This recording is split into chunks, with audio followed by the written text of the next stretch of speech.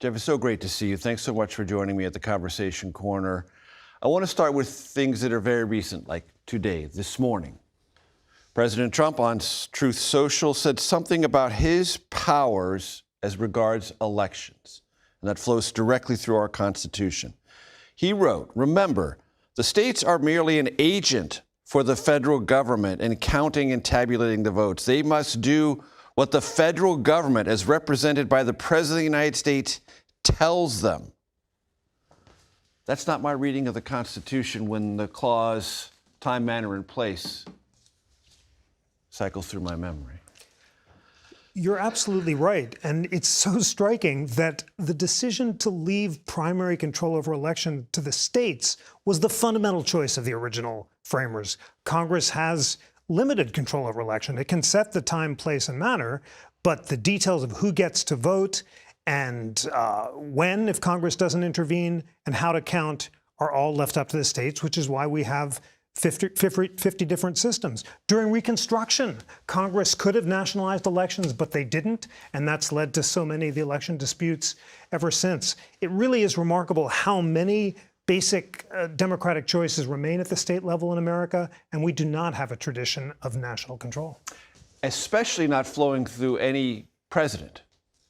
Because if there was anything that was debated hotly, and many things were at that time, after the Constitution was ratified and in the early stages of the presidency, it was, is this office dictatorial or not? Does it exert extraordinary political power over the will of the people?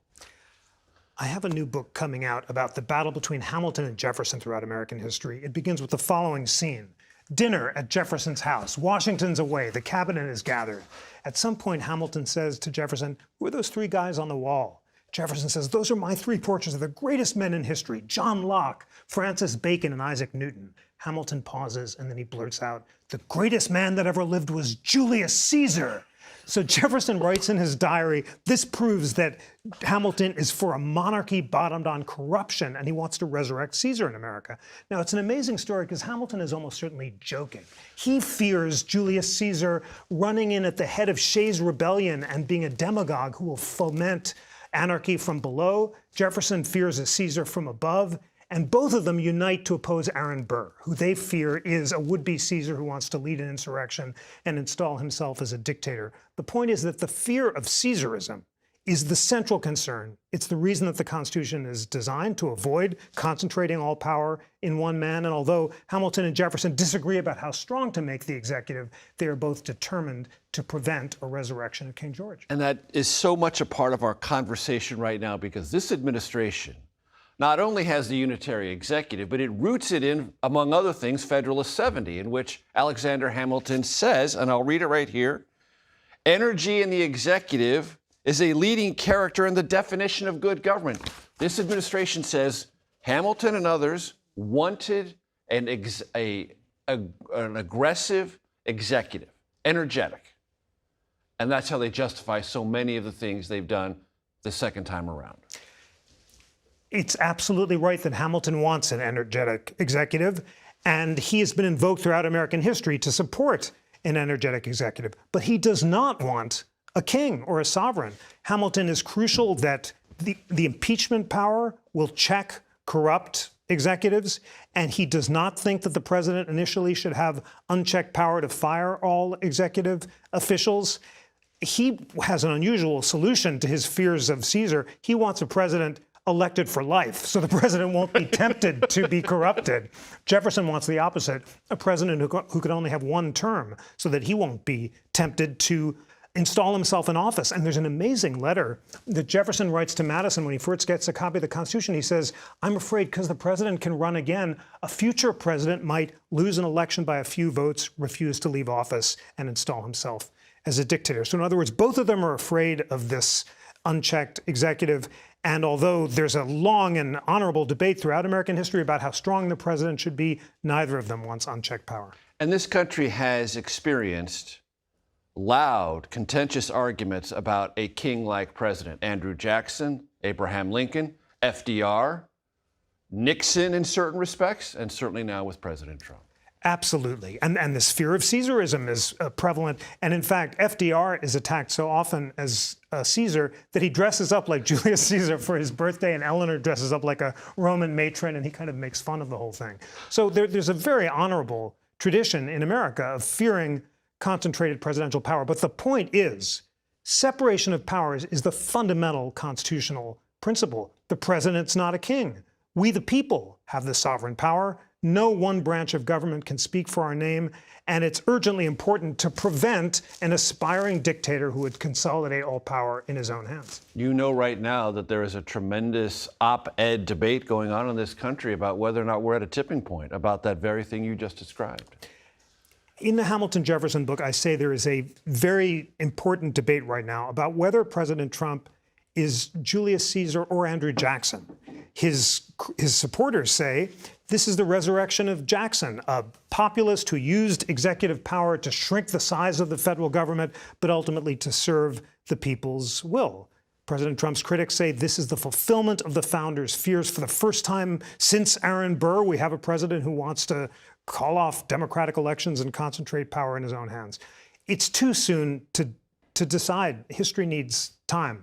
But it's really important to study this history, to recognize that this debate about preventing Caesar has been the fundamental debate in American history, so that citizens can make up their own minds. And to that point about citizens making up their own mind, it has also been written somewhat recently that it is the citizenry that needs to call this out, and not, that is to say, the citizenry sit back and rely on district courts or Congress to check this. Yes, they are there to check in certain ways, but if the country doesn't rise up and find its own voice, the president's going to keep pushing. Any president's going to keep pushing. All the founders thought that civic virtue was necessary for the republic to survive. Otherwise, we'd go the way of Greece and Rome, where citizens surrendered their liberties to Caesar in exchange for cheap luxuries and bread and circus and entertainment. And what do they mean by civic virtue? They meant citizens studying the Constitution, studying history, so that they could make up their own minds. They did not expect that everyone would agree about the right balance, but they felt we all have a duty, a responsibility to inform ourselves so we can decide. Also talking about things happening right now, I think many Americans who maybe only thought about immigration powers vested in the federal government casually are surprised to learn how deeply entrenched they are. And the president is exercising a lot of aggressive sway, but more or less within the way the Constitution defined the federal government's role in this particular space. That's absolutely right. Unlike power over elections, which are essentially state-based, control over immigration is absolutely in the federal government. Congress has essentially plenary authority to set immigration policy. It's delegated huge enforcement power to the president. And although his power is not unlimited, for example, all persons in the United States are entitled to due process of law, and you cannot be taken off the streets and deported without due process, whether you're a citizen or a non-citizen alike. Nevertheless, the president does have huge power to decide who to let in, and he's exercising that right now. And back to this due process, the Constitution also says all persons must be counted in a census. Both of those things are now under pressure from this administration. Due process and counting everyone, even though the Constitution is very clear on both. It is. The U.S. Supreme Court had some important pushback against efforts to change the census requirements in the first Trump administration because the Constitution is so clear, and it couldn't be clearer about due process. That is the right of all persons. What about birthright citizenship? What does the Constitution say? What did it mean to say? How has it been interpreted since? The 14th Amendment says all persons born or naturalized in the United States and subject to the jurisdiction thereof are citizens of the United States and of the state wherein they reside. Ever since that was adopted in 1868, courts have interpreted it to mean that if you're born in the United States, you're a citizen, period, with the exception of Native Americans who didn't originally pay tax and the kids of foreign ambassadors. With those two exceptions, the words, all persons born or naturalized or citizens, has been interpreted to include everyone, regardless of whether your parents are citizens or even here legally. Now, the Trump administration has taken a different view of that clause. The U.S. Supreme Court is in the middle of deciding when to issue a definitive resolution. Predictions are difficult, but it's fair to say that the overwhelming consensus of legal scholars, liberal and conservative alike, is that the current law is clear, and many people expect the U.S. Supreme Court to reaffirm birthright citizenship. Where do you think we are in our understanding of what this Supreme Court is ideologically, how it's constructed? There's plenty of argumentation made in the 60s, 70s, and 80s that the court was a liberal majority and its interpretation of the Constitution got ahead of what was attainable at the ballot box. Is there a blowback constitutionally against that? There's no question that this is a conservative court. People have run the numbers and found that it comes down on conservative sides strikingly. But there are important divisions among the conservatives. Chief Justice John Roberts is a Hamiltonian. He favors broad congressional power, and that's why he broke with the other conservatives in upholding Obamacare, because he thinks Congress should have a lot of power. Justice Antonin Scalia was more Hamiltonian, and he said, I'm not a strict constructionist, and he wanted to uphold broad congressional power too. By contrast, Justice Clarence Thomas is a Jeffersonian. He wanted to strike down Obamacare. He wanted to prevent the regulation of medical marijuana at the federal level, and he wants to strike down much of the post-New Deal administrative state. We're also seeing important divisions among the conservatives about strict and liberal construction. That's the essential debate. It's not originalism versus non-originalism. It's that old debate between Hamilton and Jefferson over, do you have the power to charter the national bank? Hamilton says implied powers, liberal construction. Jefferson says it has to be enumerated and strict construction. And we're seeing the same division on the court today. Jay Cost was on this program a couple of weeks ago, and we had a conversation about what do we understand broadly in our country about how we began. And it was his belief, and I like your interpretation of this, that our civic vocabulary exists in a state of impoverishment. We know terms, we know words, but we don't understand or have not brought into ourselves the genuine meaning of them and where we all got started, meaning we don't know our origins as much as our language might suggest we do.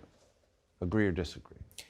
Completely agree. It is so striking when you read history how much more deeply read in history our previous presidents were. One thing that blew me away when writing about Hamilton and Jefferson is the fact that so many of our previous presidents read and even wrote books about the Hamilton-Jefferson debate. John Quincy Adams traces the rise of America's political parties back to the initial division between Hamilton and Jefferson. Martin Van Buren writes the first political history of the United States and traces it back to the Hamilton-Jefferson debate. James Garfield reads the collected works of Hamilton in the law library and leads a Hamiltonian revival in the Gilded Age. Theodore Roosevelt writes a biography of Gouverneur Morris, of all people, who he thinks is a great hero and calls himself both a Hamiltonian and a Jeffersonian. FDR reads a book by Claude Bowers called Jefferson versus Hamilton and has Bowers speak to the Democratic Convention in the early 30s and reinvents the Democratic Party as the party of Jeffersonian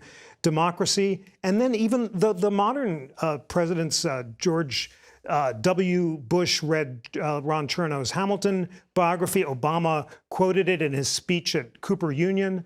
And I haven't even mentioned the books that Wilson Taft and Teddy Roosevelt wrote. So I actually find this quite inspiring.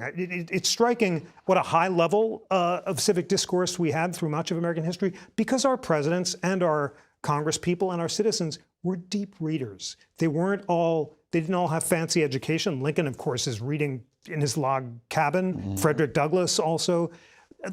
They read the Bible, they read Shakespeare, they read history. And it's really an inspiring challenge to all of us just to start reading again. We're so addicted to these screens. I'll just speak for myself that getting back into the habit of deep daily reading and digging, it's so exciting. The more history you learn, the more informed you are. And I think it's absolutely right that unless we really dig in deeply and learn from the complexities of our history, our civic discourse is going to remain impoverished. Scrolling's not going to get us there. I have to say, I think we talked about this last time. I had this weird COVID-era reading project where I spent a year reading classical moral philosophy in order to resurrect the founders' original understanding of the pursuit of happiness, not as feeling good but being good, not the pursuit of pleasure but the pursuit of virtue. The takeaway for me after spending a year getting up before sunrise and reading Cicero is I'm not doing that anymore. But my rule is when I wake up in the morning, I have to read before I can browse or surf. And it's totally changed my life. I wrote another book. I'm learning something every day. Reading a book. And we all know what the difference between a book and a blog is. I do read on Kindle because it just blows my mind that all the books in the world are kind of free and online. All I need is the self-discipline to swipe right to the book and not left to the cat videos. And it's totally transformative. So let's all recommit to deep reading. So here's an example of terminology. If I say to a garden variety, well-read conservative, we live in a democracy, that well-read conservative man or woman will say, no, we don't. We live in a constitutional republic, and you ought to know the difference. I used to have these conversations 20 years ago. I have since learned the difference. Correct? Yes, correct. Most of the founders of the Constitutional Convention fear pure democracy. They've seen Shays' Rebellion, where the farmers in western Massachusetts are mobbing the courthouse.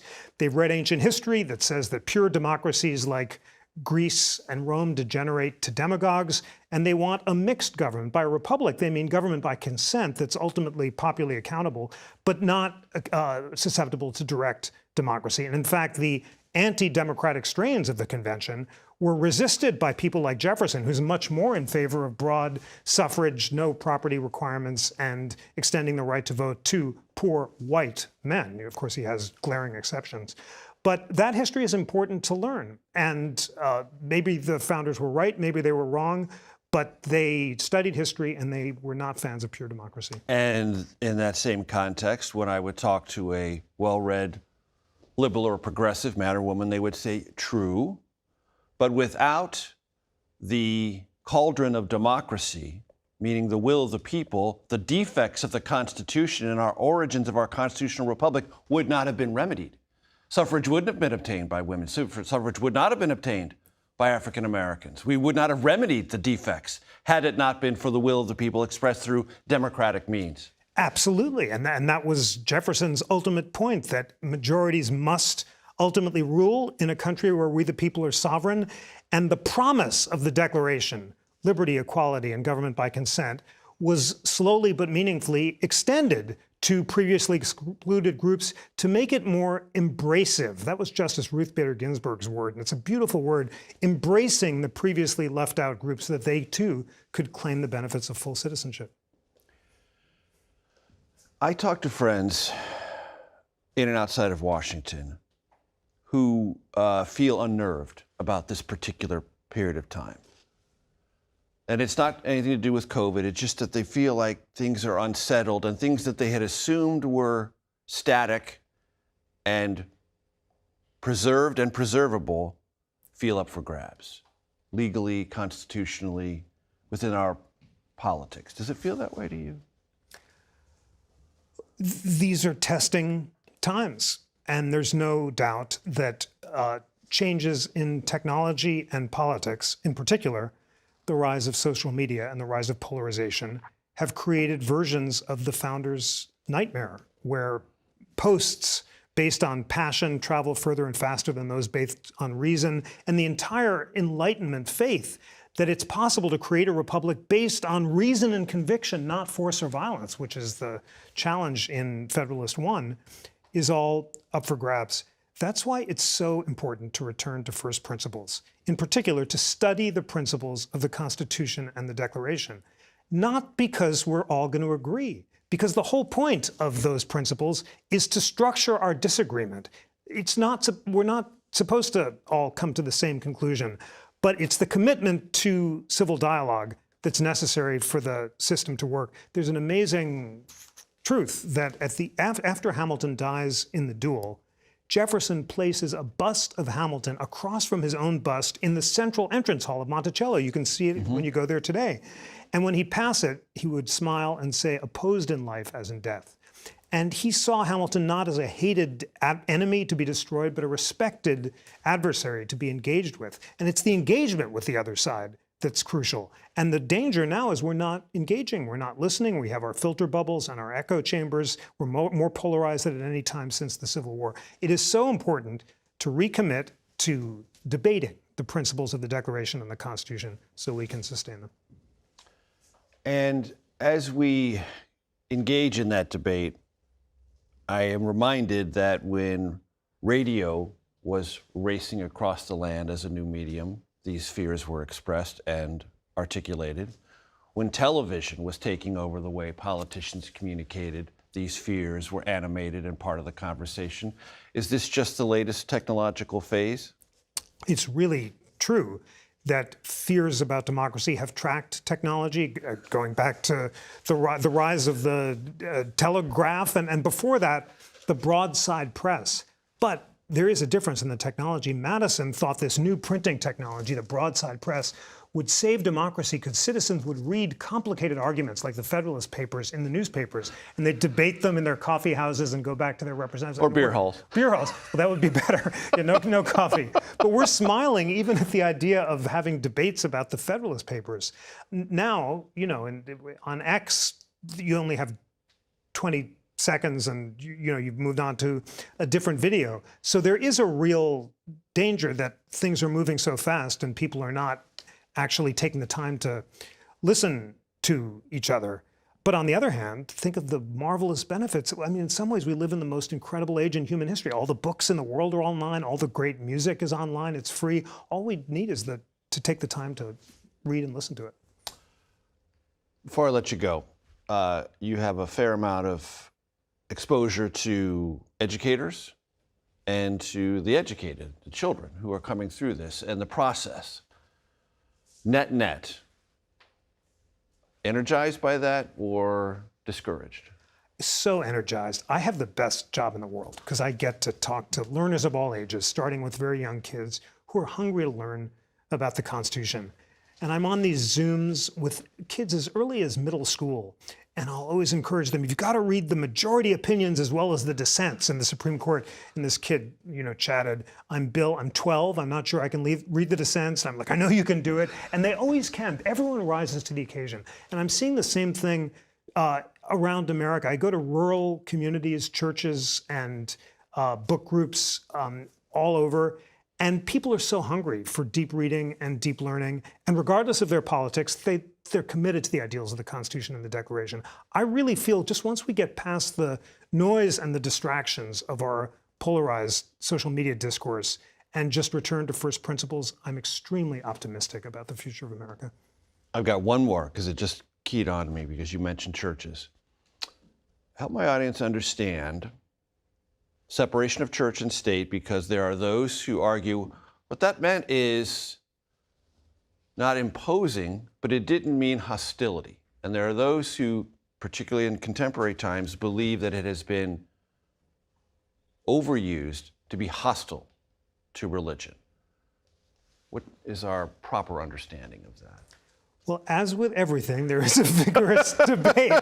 There are no simple answers. And both of those positions are legitimate. The main thing that the Establishment Clause was designed to do was to prevent the establishment of a national religion, like Congregationalism in Massachusetts or Anglicanism in Virginia. No national church. But at the same time, it wasn't meant originally to disestablish the state churches, so that those two things could coincide. It was more of a federalism provision. The question of how broad the free exercise of religion exemptions are was debated. Should Quakers be excused from military service? Well, back then, Congress sometimes would grant exemptions, but the courts didn't. So it's not clear that you're supposed to have a vigorous judicial enforcement of all this. There's no single right answer, but if we want a beautiful touchstone for the core meaning of the freedom of conscience, think of Madison and Jefferson in their Virginia bill against establishing religion. Madison says, because the opinions of people are dependent on evidence contemplated by their own minds, they cannot be commanded by others. In other words, I can't tell you what to think in matters of politics or religion. because that's the product of your reason, and reason can't be controlled by any other person. It's such a beautiful, shining, galvanizing Enlightenment faith. It's why we are a pluralistic society that doesn't allow the imposition of any state, church, or dogma. And working within that beautiful pluralistic framework, we can have a vigorous debate. Always a pleasure. Great to see you. Love to have you here. Thank you.